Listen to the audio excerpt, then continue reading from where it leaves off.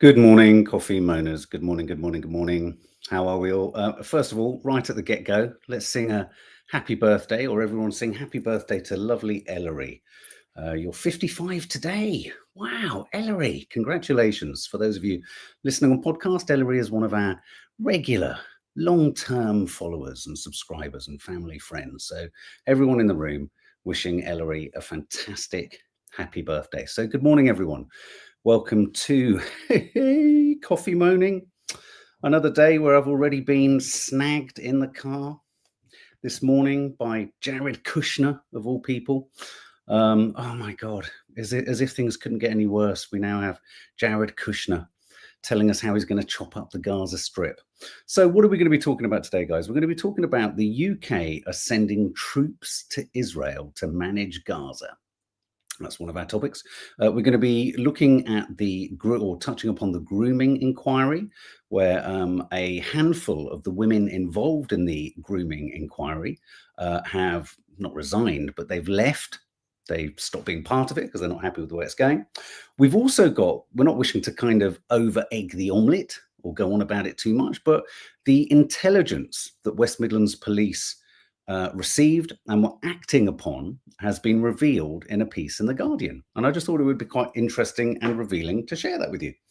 And it feels like, obviously, within all of those topics, we've got many clips. I've got Donald Trump talking about his ballroom. I've got the horrendous Ben Gvir telling Palestinians how he's going to occupy their house. We've got all sorts of clips, all sorts of bits and bobs, some really frustrating, some annoying. We're going to hear from Jared Kushner.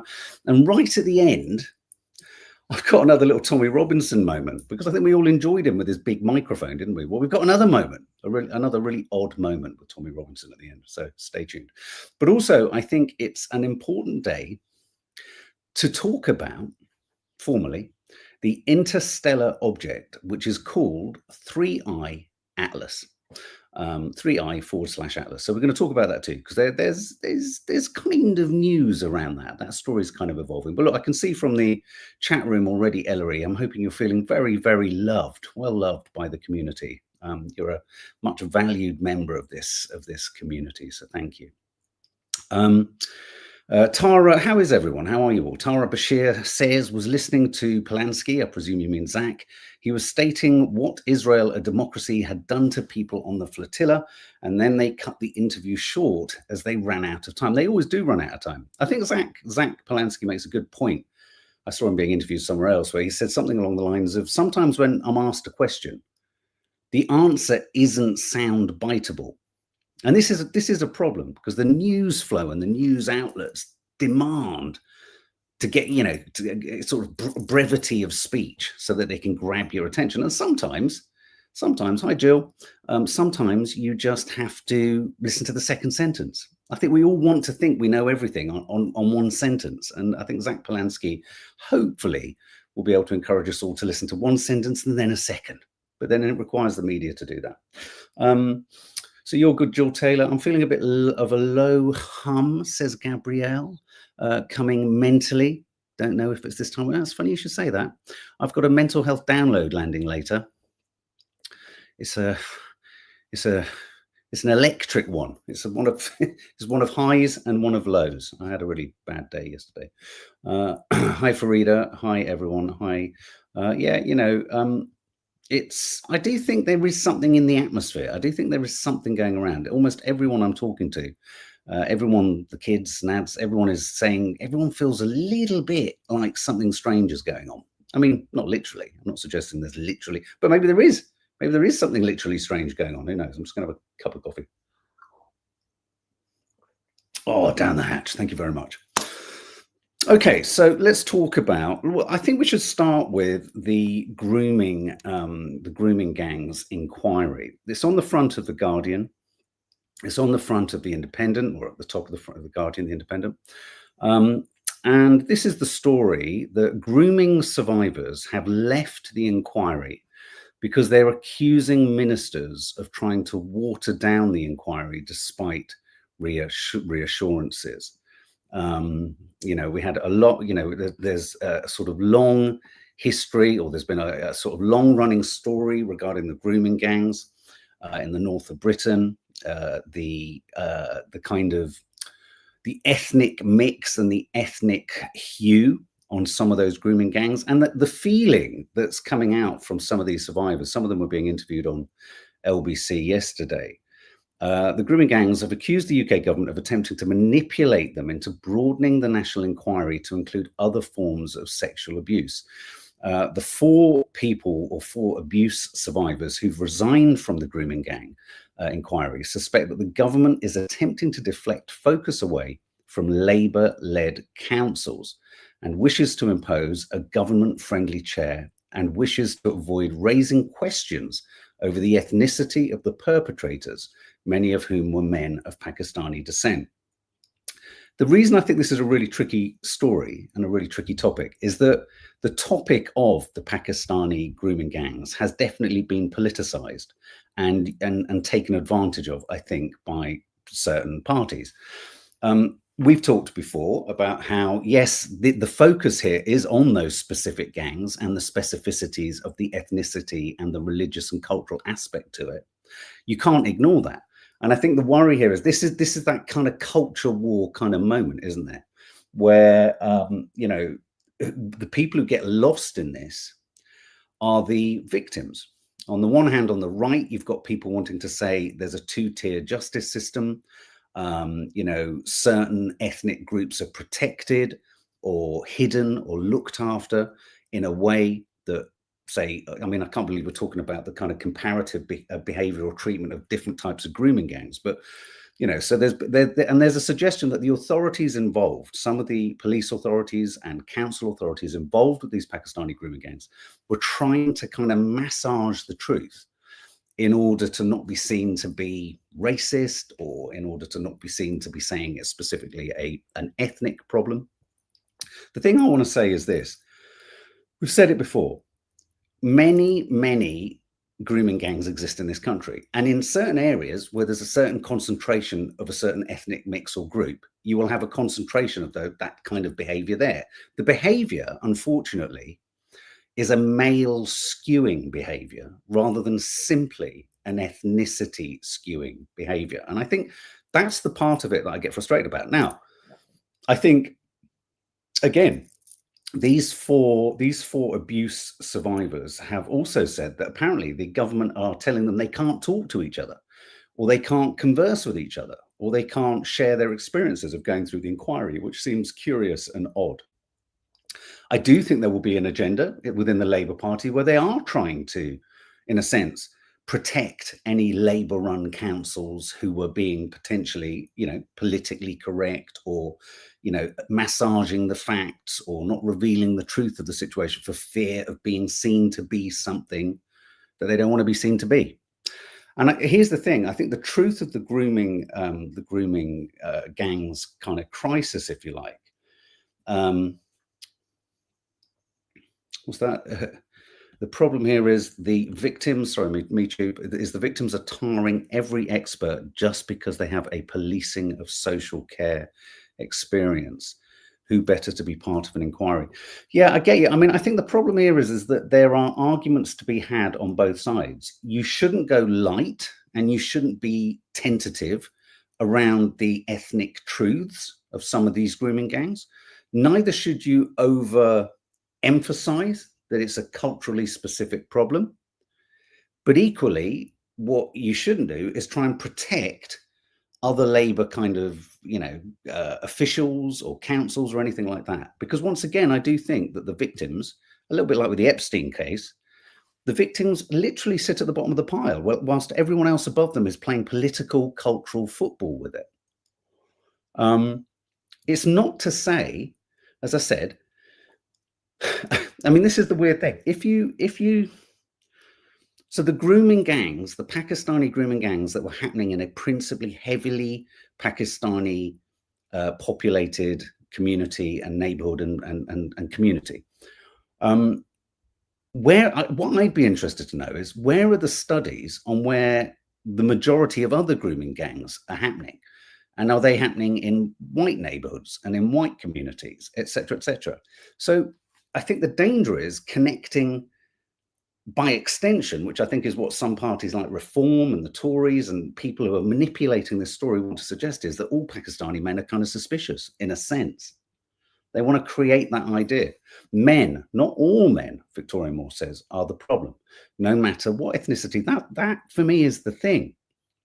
I mean, in another way, because it's part of the same kind of discussion, isn't it? Around, you know, all of the kind of reform supporters and anti-asylum seeker kind of protesters outside hotels saying, protect our kids, protect our kids. Yes, absolutely. We agree, protect our kids, and absolutely investigate all grooming gangs, but try not to have, don't overemphasize the ethnicity, because the issue with protecting our kids for these people standing outside the asylum centers is, are you protecting your kids from white men or just men, British men as well? Are you protecting them with the same zeal and vim?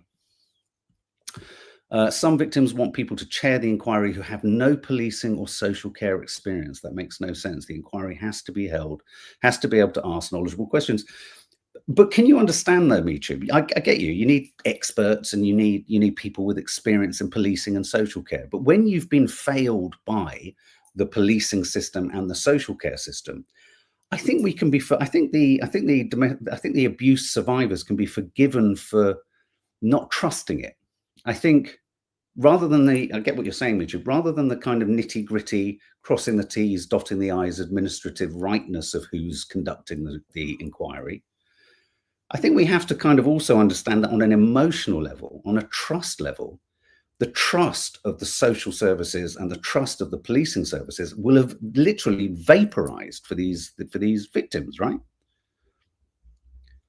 It's kind of, you know, so I don't think you should not have any police or social care people. I think there has to be a mix. I think there should be people in there who aren't coming with a vested interest from the authorities that kind of failed them. Let's not beat around the bush. They've been failed, haven't they? They've been failed. Let's face it, says Dearheart, it's a disgrace, an absolute disgrace, and it's still going on. Why? I'll tell you what would be really useful. Can someone find out what? I mean, I don't know if these sort of statistics are kept. What's the ethnic mix of all grooming gangs across the country? Has that been published? And it wouldn't be surprising if the problem is across the country, and when you focus on a certain kind of demographic, it's focused on that demographic. Me too. To me, the ethnicity angle is less of a worry. Bigger worry is the distrust in established inquiry processes. There are people whose main aim is to generate distrust of inquiries. Yeah, no, I agree. And it's interesting, when you read into this story, part of me was beginning to wonder, I'm not suggesting for a minute or querying whether these victims who've stepped aside from the inquiry, but it does, you know, one of the reasons they're giving for stepping aside from the inquiry is that they feel the government doesn't want to raise questions over the ethnicity of the perpetrators. And so once again, that sort of steps towards, doesn't it, the kind of reform argument. So again, you know, here's the thing. As soon as Nick Ferrari really gets behind something on the radio, I immediately ask questions of it. I'm immediately suspicious. It's a little bit like, you know, when America and Israel jump up and down with joy and say they're happy with something, it can't be what we at first think, at face value, think it might be. I immediately become suspicious. If it seems like America or Israel are saying something nice about something, I immediately become suspicious because they've got no form in that. Healing 682. The problem is families don't have strong ties anymore. Kids do what they want a lot of the time, and parents are clueless. Broken families all over the place, making women and girls vulnerable. They think it's really weird. I still, to this day, I mean, I get what you're saying. I don't necessarily think it's always the parents' fault, though, or the family's fault. I mean, the system that we're in doesn't really value the art of, no, I don't mean parenting, because whose style of parenting is right? You don't want to get into that. But you feel like, isn't it weird that you need no qualification and no checks to have kids? It's like, you know, it's like one of the biggest decisions you could make in your life. It's like there should be some kind of almost credit check on whether you can not financially do it, but you know, whether you can cope. Some are abused by families, says Shank Shankland, Lucinda. Some are abused by families, which leads them to the streets where they're abused again. Well, and you're absolutely right. And look at the nature and the makeup and the character portraits, if you like, of many of the girls who got caught up in the victims that got caught up in the Epstein crisis. Ghislaine Maxwell would go hunting for people who, as she would describe them, were damaged. It's so sinister, isn't it? It's so sinister. So there we go. Jack tag, thank you very much. Oh, sorry, just deal with this. If you saw how hard it is to adopt kids, then it makes you think most people don't have these checks before giving birth. Yeah, I agree with you. Oh God, what's going on with the thingy? Sorry, Elizabeth Miller. Apparently, they also said they stepped aside due to conflict of interest for someone who was meant to be running the case. It just shows that people at the highest echelons are probably involved. And again, I think one has to understand, as with all these things, there is a suspicion of the authorities. The authorities failed these victims, and therefore don't be surprised if these victims feel that those put in the position of power to conduct the inquiry. The other problem here is, let's face it, when you hear the word inquiry, don't you just think kicked into the long grass, kicked into the long grass? Well, very rarely in any short order does anything really significantly meaningful ever seem to come out of these things. There are so many children in the world, Susan Sellings, right now being abused in their own homes. Yeah, breaks my heart. Absolutely. So anyway, so that's a big story in the news at the moment. Just going to go.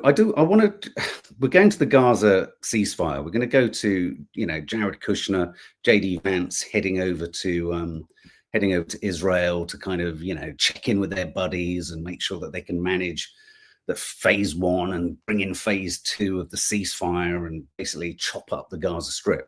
But I just want to take a deviation for a minute towards the Maccabi football hooligans again. You remember this story? We've been talking about this a lot. The Guardian is publishing intelligence on extreme Maccabi fans with history of violence that led to Villa Park ban. So, as you know, I don't need to revisit, but our government sought to conflate the West Midlands Police banning these violent, aggressive, not all of them, but a large enough portion of them that are violent, aggressive and disruptive, which means really all fans have to be punished for that. Not because they're Jewish, not because even they're Israeli, but because they're naughty. Because they're naughty and they're violent and aggressive. That was the reason. Well, that's what we thought was the reason. Anyway, so our government, in their wondrous wisdom, thought to conflate that with anti-Semitism.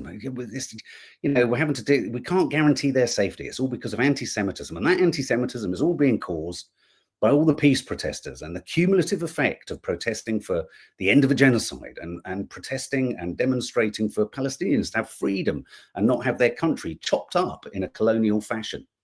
Oh, okay. So I want to read to you what the intelligence says, because I think it's really revealing. According to sources, The Guardian, the police intelligence had reported this. This could explain why it went very quiet once Starmer got involved and said, "We must absolutely make sure it's fine for Israeli football fans to come here." So these are the points. Scores of extreme Maccabi fans with a past history of violence and shouting racist taunts were expected to travel to the Birmingham game. These are the notes in their notes. Dutch police had told the British police that the Maccabi fans had instigated the trouble in Amsterdam at a game last year, contradicting the narrative that most Israeli supporting Zionist kind of stooges want you to think, oh, it was a pogrom of anti-Semitism. They had randomly in Amsterdam picked Muslims to attack, which led to, this is the West Midlands Police analysis, reprisal violence with some Dutch Jews attacked. And the reason I'm reading this is proof of the order of events in Amsterdam. You know how everyone wants to make out it was especially Sheila Fogarty on LBC. It was a concerted anti-Semitic kind of mission to attack. No. There was a response, and yeah, all violence is to be condemned, but it was a response. It was a response. Get the narrative order correct. It's really important. A little bit like the background to October the 7th and the background from October the 7th into the 2 years of the genocide. Everything is historic. Everything has context. So a huge Dutch police effort that involved 5,000 officers across 3 days was needed to quell the trouble, the Dutch notified West Midlands Police. A community impact assessment by West Midlands Police recorded that some Jewish people, listen to this, wanted the Maccabi fans banned because of the trouble they feared might ensue if they attended. So even parts of the Jewish community in the West Midlands were fearful that the Maccabi fans would disrupt, cause resentment, cause fury, cause violence, and cause societal distress. This all sounds really quite rational, reasonable, and sensible. But Starmer, this is anti-Semitic. We can't guarantee the safety of thugs. You can tell he's an Arsenal fan. Obviously, his criteria for what makes a thug is fucked. Any trouble, these are the further intelligence notes, any trouble started by Maccabi fans attending the Birmingham game could lead to reprisals from local people and further trouble, which again, like it did in Amsterdam. The process did not consider whether the ban on fans of the Israeli club could be criticized as anti-Semitic or surrendering to anti-Semitism, because that wasn't part of the considerations. All of the considerations revolved around the disruption, the danger, and the violence that the Maccabi fans themselves would bring to the West Midlands. Not the threat from us, not the threat from the local community, and not the threat from those people going on protests, many of whom are Jewish too, to protest against the genocide. So there you go, absolute clarity. And have we heard a whistle? Have we heard a dicky bird from Shabana Mahmood or Keir Starmer, sort of saying, well, maybe we got this wrong.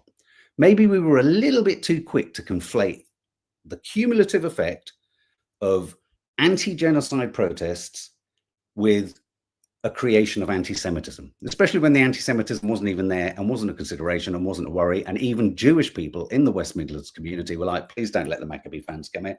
I mean, I think that's just, it's a kind of slam dunk, isn't it? The Jewish community of the West Midlands didn't want the Maccabi fans to come. Has anyone said to Keir? Quite something, eh? I just wanted to share that with you because I think it's important. I think it's important. Okay, so what do you think of this? Gone conspicuously quiet, says Marat's Bathwater. Is it Bathwater? Yeah, from Starmer and Co. Yeah, they have, haven't they? How's it working for them? Breaking news yesterday, British troops deployed to Israel to monitor Gaza ceasefire after US request. I just want to ask you, how does that make you feel?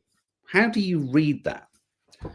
British troops are to be deployed to Israel to monitor Gaza ceasefire after US request. To give you some meat and veg on the story, Britain, John Healey said, is sending has sent British troops to Israel to monitor the ceasefire. John Healey announced the deployment of a small number of planning officers, a senior commander, and said that the UK would play an anchor role.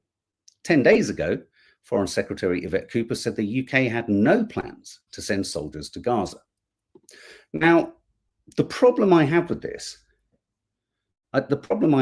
is you have to have a peace plan and a ceasefire that's agreed upon. You can't send any kind of peacekeeping mission in to enforce peace. They need to manage peace. So any forces that go in need to manage peace. The real problem I have with this, and I don't know if anyone else feels this, is that we have to rationalize and work out what the best route out of this is. And at the moment, I don't think, and we're going to show you a clip of him, Jared Kushner, saying how they're going to redevelop all the bits that Israel controls. It's all sounding remarkably like, well, Israel controls it and owns it, and now it's being rebuilt up again for Israel. But let me just see. Yes, Sarah D. Funny how we can get involved this easily, isn't it? But not to help the genocide sin. Well, I'd go one step further than that. Although John Healey says the US have asked us to do this, I personally don't think there's any way of, I don't think there's any other way of seeing us sending troops out there as a sanctioning and a normalizing and a whitewashing of what Israel has done for the last 2 years. I don't see, because in a sense, I would argue that if this was asked of me and I was leading the country, I'd be like, no, you can't have our troops, you can't have anyone going out there until Israel observes the rules of the ceasefire, allows full humanitarian aid in. Here's some statistics on what they are letting in. Middle East Eye, 986 aid trucks out of the scheduled 6,500 have entered Gaza since 10th of October. I wouldn't have, with such speed, relish, and urgency, sent our troops straight out to support without using it, finding some leverage in this and saying, actually, hang on, guys. By sending our troops out, aren't we tacitly sort of saying we're supporting what Israel's done? Good point, Michu. The more global partners that get involved, the harder it becomes for Israel to misbehave. But they're not observing the ceasefire anyway. Why can we not put in more caveats and more conditions as to why and how and if we would send our troops out there? Linda Stevenson, nothing actually surprises me anymore. But yes, it is another way of sanctioning that. It is. I mean, like I think you just said, was it Sarah D? You just said, I mean, to be able to, with such speed, send support. And yet we've known for how long and how hard it's been to get any comment of criticism against the genocide, against the ethnic cleansing, against the mass, enforced migration, the destruction, the devastation. I mean, trying to get just adjectives out of this Labour Party has been hard, but we could immediately send 100 troops because we just want to, because I tell you what this is all part of, and this is the part of it that makes me feel really uncomfortable. All of these things are about hurrying us all, rushing us all to a place where, and we won't, many of us, but some will, push to the side the incidental, really inconvenient truth of the genocide and the scale of the devastation and the extent to which Israel has completely decimated and compromised the Gaza Strip and is continuing to annex the West Bank. For example, we'll send 100 troops, we'll send some troops out to help in this, but we need more reassurances and guarantees around the West Bank. Zoe, absolutely right. The overuse of the word ceasefire is infuriating.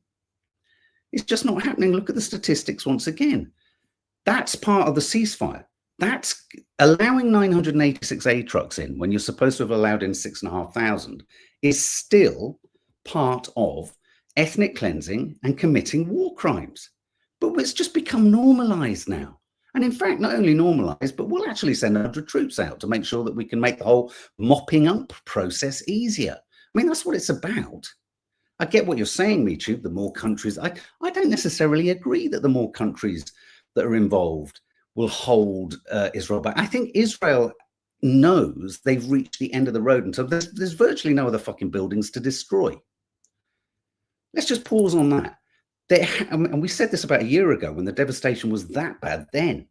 There does come a point where there's the end of the escalator, where there's not much more damage you can do.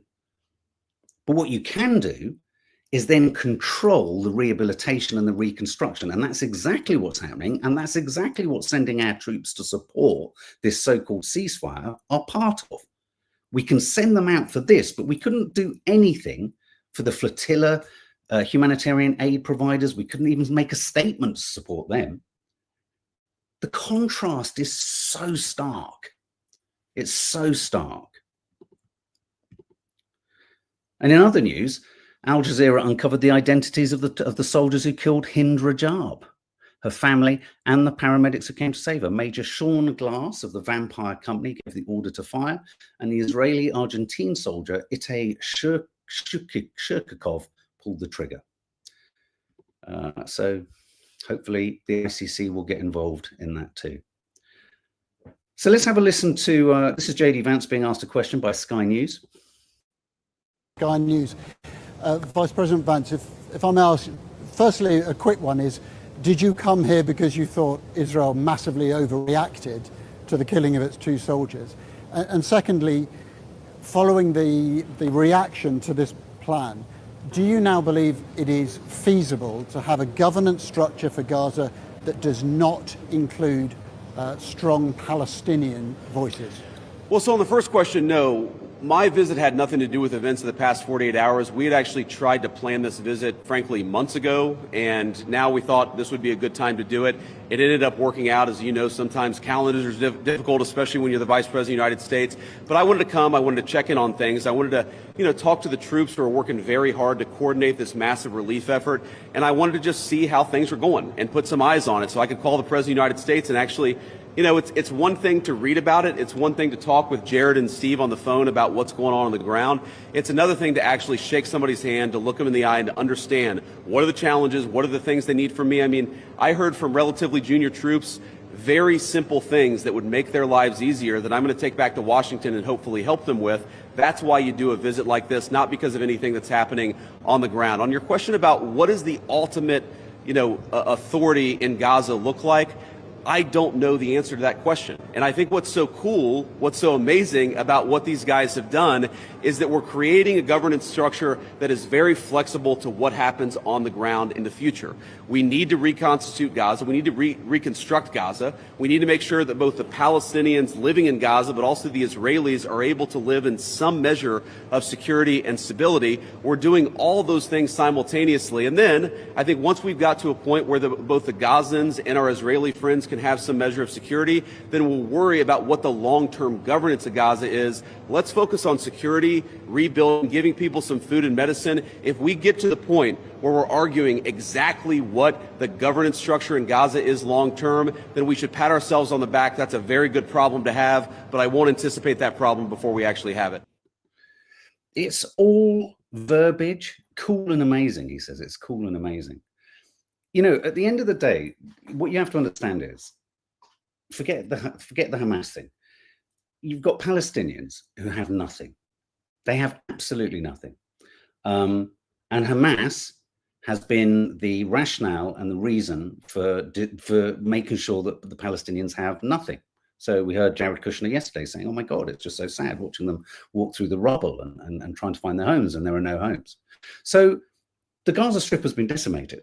So I think it's a truism to say it needs to be somehow rehabilitated.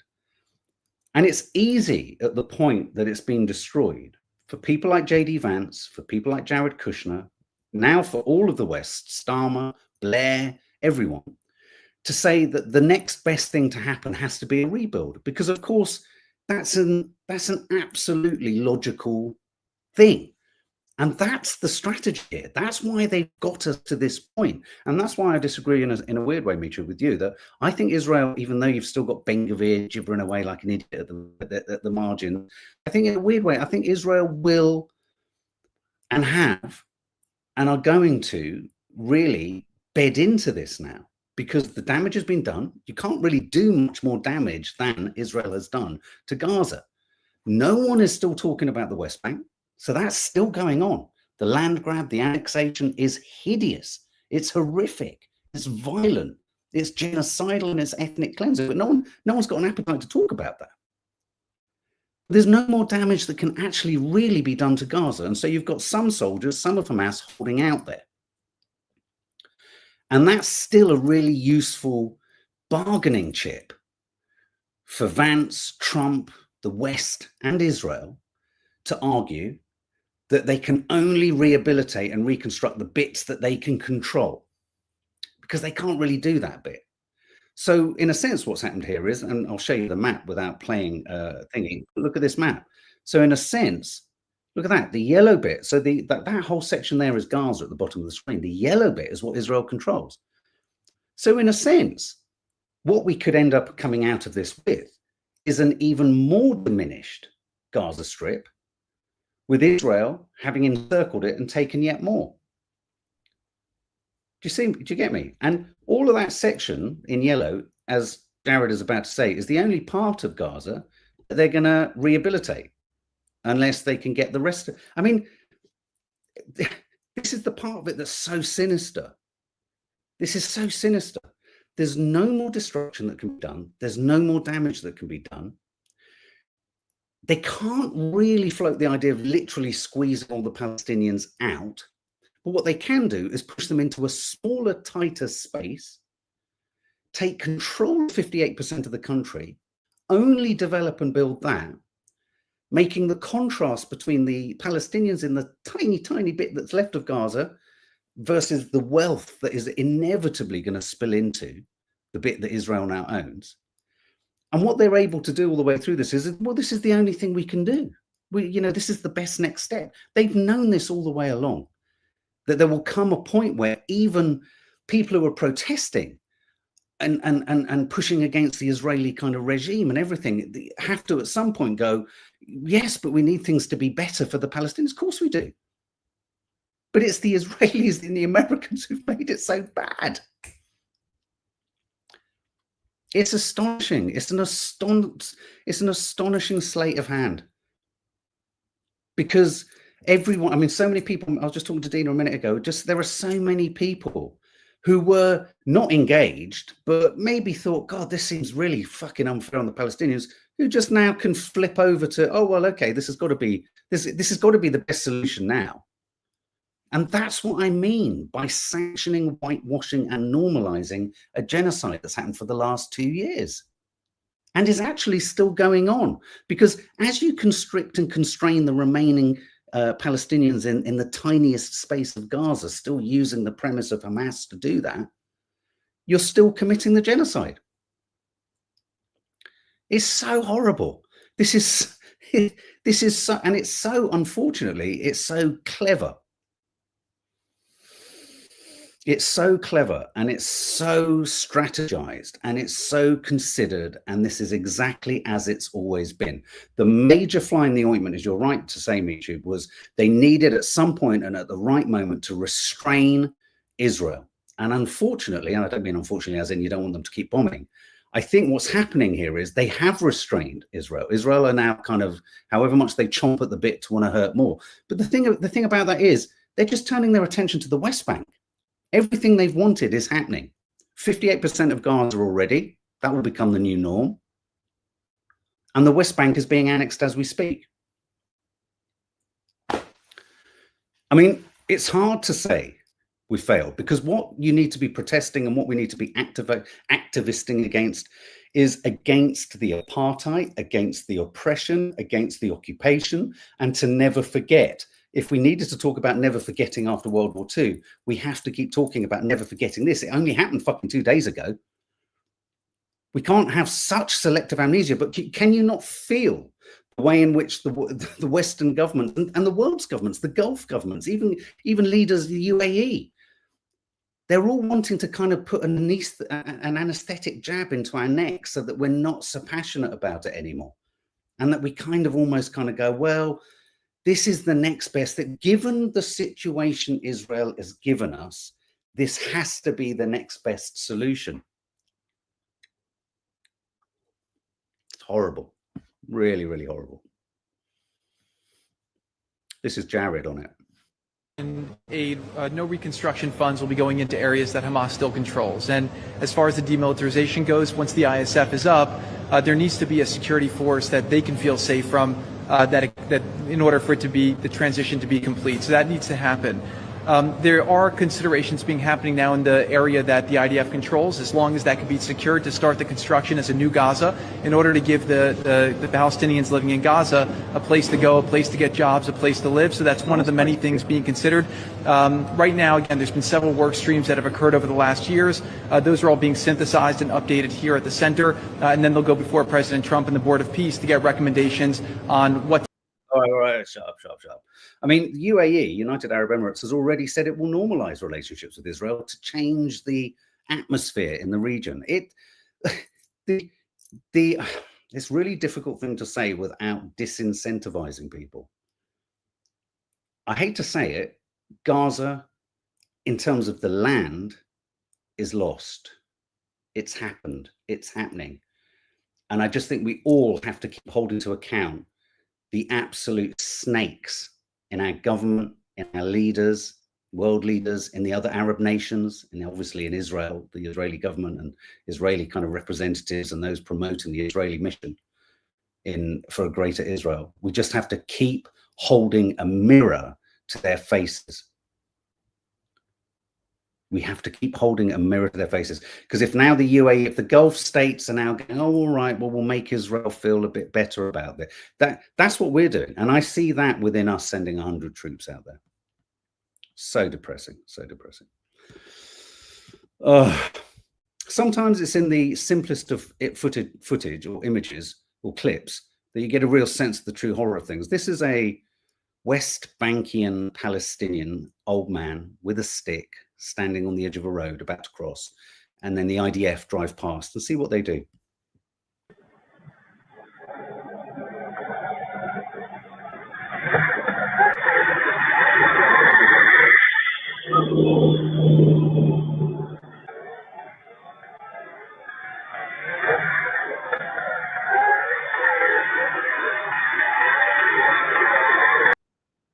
That could have been my father-in-law standing with his walking stick.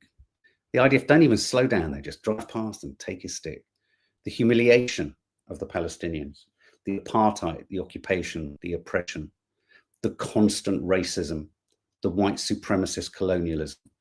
Everyone still has to fight against that. I think the land has become so compromised, and Israel have so successfully decimated it and decimated the hope of the Gaza Strip, that everyone in the world is in a kind of wormhole of confusion, because the only thing that you can do to improve the plight of those Palestinians still in Gaza is to rebuild somehow.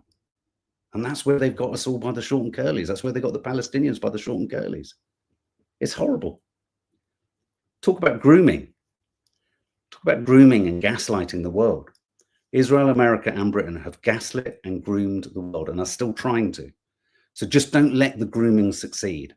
That's what we all have to do. And so this idea that if this Tony Blair-led kind of administration can kind of sort out Gaza, oh, you should stop the marches now. No. Doesn't work like that, Starmer. Doesn't work like that. You can't close off a warm beating heart in humanistic people. You can. You haven't got one. But you can't expect everyone else just to turn it off.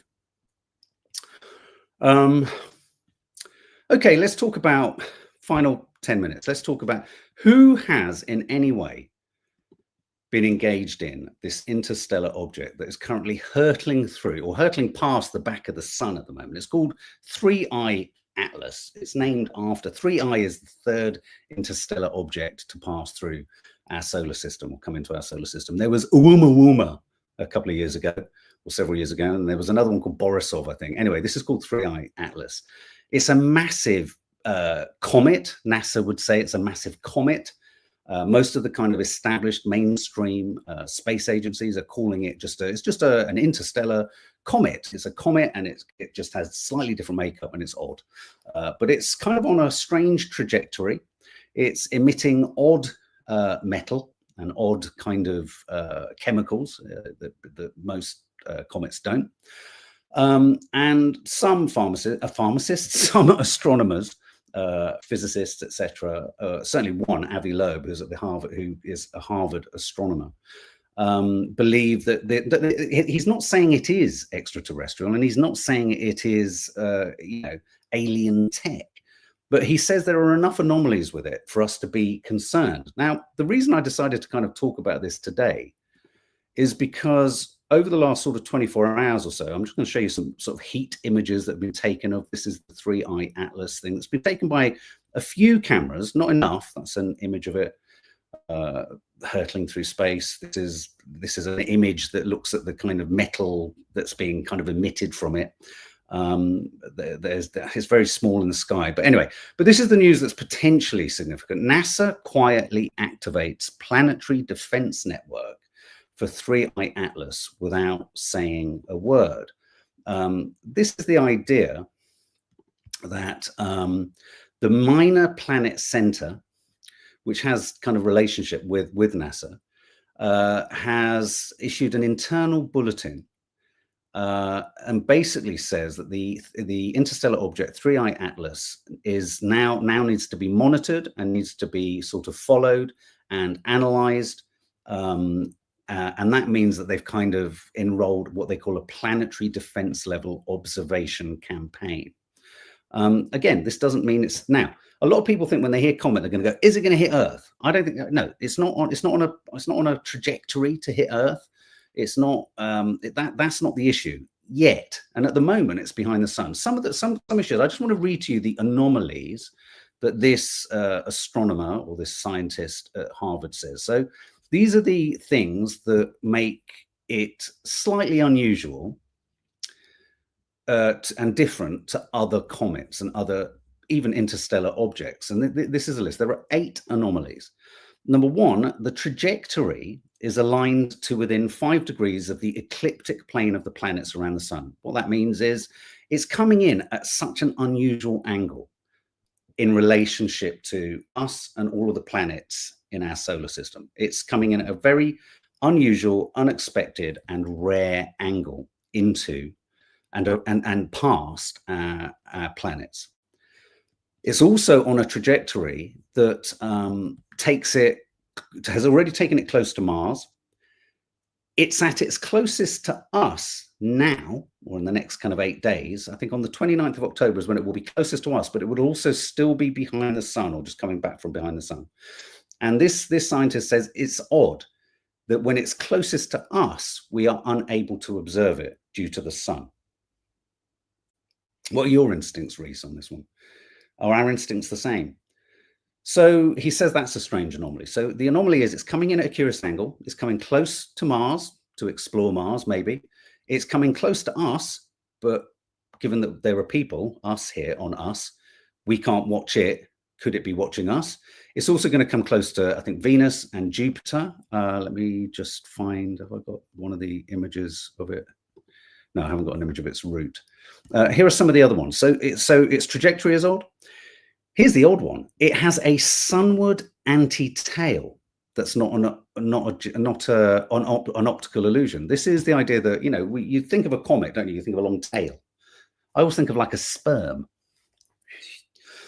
This has a tail, a small tail, but it's pointing towards the sun. And normally it should be pointing away from the sun because, you know, solar power pushes against, comet pushes against it. So the tail is an anti-tail. It's pointing the wrong way. Could that be acceleration? Could that be propulsion? I mean, we don't know. And yet this scientist hasn't said that is the case, but these are questions. It's about 1 million times bigger than the first interstellar object, which was quite small. And it's about 1,000 times bigger than the second interstellar object that passed through. And it's moving faster than both of them. So by the most commonly agreed standard, it's about the size of Manhattan.